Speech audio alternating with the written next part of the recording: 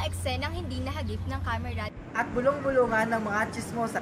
Always be in the know, dito lang sa Masyado! Sino itong host actor na napabili ng lupain ng di oras dahil sa kalasingan nito? Isang araw nag-boating daw itong si host actor at napadpad siya sa isang baryo dahil inabot siya ng malakas na ulan.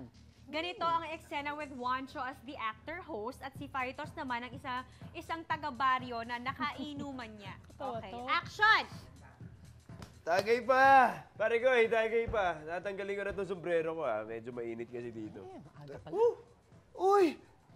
Actor host, ikaw pala yan! Uy! Ay, alam niyo, magugustuhan niyo dito sa amin. May lupain ako maganda, malaki. Talaga? Talaga? Okay na. Sige nga, patingin. May detalye ka ba dyan? Kontrata, kahit ano. Ito po yung kontrato. Tapos, yung kumpare Ano ko, na nga yan? binibenta niya din. Magugustuhan mo. Ano po, bibili niyo na? Ba, okay ito Sige, sige. Bibili ko lahat yan. Oh my God! Nagkapirmahan na! Sino si host actor na nang dahil sa kalisingan napabili ng lupain na ginawa niya ng farm Oy, in ngayon? fairness, that's a good investment, Mars, Actually, ha? lupa is lupa. Oh, sino yan? Di naman nainom yun umiinom ba yun? Oh! Baka na-enjoy. Oo.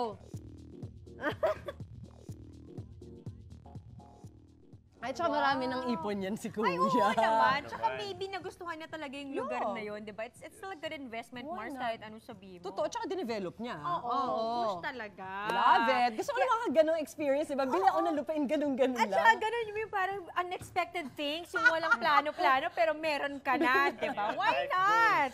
Super. Oo.